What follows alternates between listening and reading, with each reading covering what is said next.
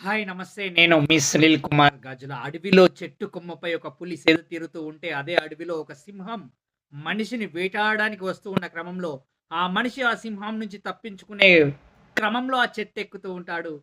ఆ చెట్టు కిందకొచ్చిన సింహం చూస్తూ ఉంటుంది మనిషిని. ఆ పైన ఉన్న పులి చూస్తూ ఉంటుంది. అప్పుడు ఆ సింహం పులితో అంటూ ఉంటుందట, "వాడు మనిషి నిన్ను మోసం చేస్తూ ఉంటాడు. నాకు ఆకలేస్తూ ఉంది. వాడిని కిందికి తోసేయి" అని అనగానే అప్పుడు అది చెప్తుందంట చిరుత. అదేంటి అలా ఎందుకు?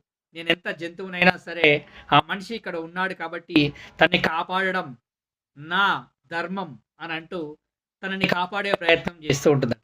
సరేలే చూద్దాం ఎంతసేపు అలా ఉంటుందో అని ఆలోచించే ప్రయత్నం చేస్తూ ఉన్నప్పుడు, ఆ మనిషి సేద తీరుదాం అనుకునే సందర్భంలో ఆ పులి ఆశ్రయం ఇచ్చి తన దగ్గరే సేద తీరేలాగా ఉంటూ ఉంటుందట.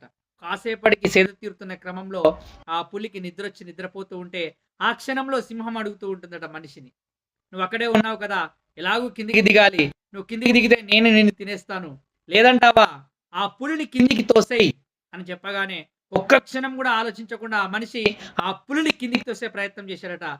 ఆ పులి కింద పడుతూ తెలివొచ్చి మళ్ళీ చెట్టు కొమ్మని పట్టుకొని ఆగిందంట. అప్పుడు సింహం జెప్పిందంట, "నిన్ను మనిషి తోసేసాడు" అని. అయినా సరే, ఆ మనిషి నన్ను తోసేసినా సరే, నేను ఆ మనిషినే కాపాడుతాను అనందట. ఒక్కసారి ఆలోచించే ప్రయత్నం చెయ్యి మిత్రమా.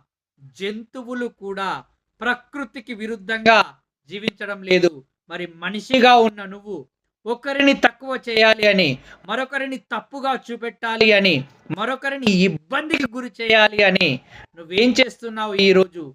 నువ్వు చేసే ప్రతి పని వల్ల ఎదుటి వ్యక్తి ఇబ్బంది పడుతున్నాడు అనంటే కర్మ ఫలం అనుభవించక తప్పదు. కాబట్టి కొంచెం జాగ్రత్తగా ఆలోచించే ప్రయత్నం చెయ్యి. ఆనందంగా ఉండగలుగుతావు.